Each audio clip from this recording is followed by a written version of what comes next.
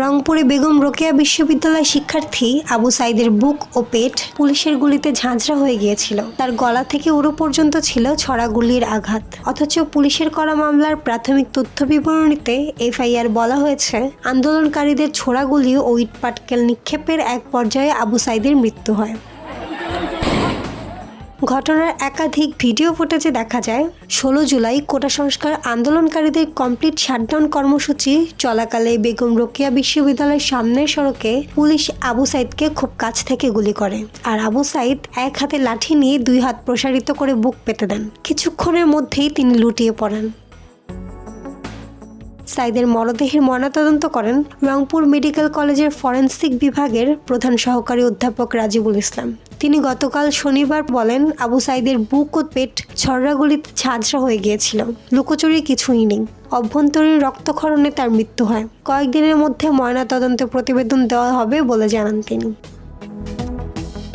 তবে মামলার এফআইআরে আবু সাইদ পুলিশের গুলিতে নিহত হওয়ার বিষয়টি উল্লেখ নেই। আবু সাইদ নিহত হওয়ার পরদিন 17 জুলাই তাজহাট থানার একটি মামলা করা হয়। মামলার বাদী ওই থানার উপপরিদর্শক ও বেগম রোকেয়া বিশ্ববিদ্যালয় পুলিশ ফাঁড়ির ইনচার্জ বিভূতিভূষণ রায়।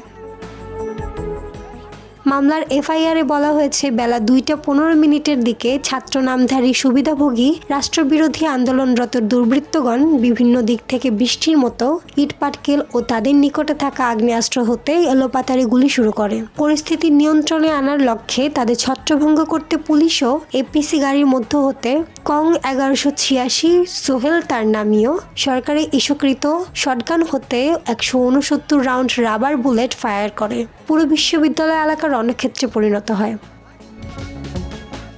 সাইদের মৃত্যুর বিষয়ে বলা হয়, বিভিন্ন দিক থেকে আন্দোলনকারীদের ছোড়া গোলাগুলি ও ইটপাটকেল নিক্ষেপের এক পর্যায়ে একজন শিক্ষার্থীকে রাস্তায় পড়ে থাকতে দেখা যায়। সহপাঠীরা ধরাধরি করে রংপুর মেডিকেল কলেজ হাসপাতালে নিয়ে গেলে কর্তব্যরত চিকিৎসক তাকে মৃত ঘোষণা করেন। এই ঘটনায় অজ্ঞাতনামা 2-3 হাজার ব্যক্তিকে আসামি করা হয়েছে। এই বিষয়ে জানতে চাইলে মামলার বাদী বিভূতিভূষণ রায় এজাহার দায়েরের কথা নিশ্চিত করেন। তবে তিনি এর বেশি কিছু বলতে চাননি। যোগাযোগ করা হলে রংপুর মহানগর পুলিশ কমিশনার মোহাম্মদ মনিরুজ্জামান গতকাল বলেন, ঘটনার দিন পরিস্থিতি নিয়ন্ত্রণে কাঁদানে গ্যাস, সাউন্ড গ্রেনেড ও শটগানের ছড়াগুলি ব্যবহার করেছিল পুলিশ। পুলিশের কাউকে গুলি করার অনুমোদন দেওয়া হয়নি বা আগ্নেয়াস্ত্র ব্যবহার করা হয়নি। বিস্তারিত তদন্তে পুলিশের কোনো সদস্যের গুলি করার প্রমাণ পাওয়া গেলে ব্যবস্থা নেওয়া হবে। ঘটনার বর্ণনা দিয়ে প্রত্যক্ষদর্শী শিক্ষার্থীরা বলেন, আবু সাইদ আহত হয়ে পড়ে গেলেও পুলিশ নির্বিচার গুলি ছোড়ে।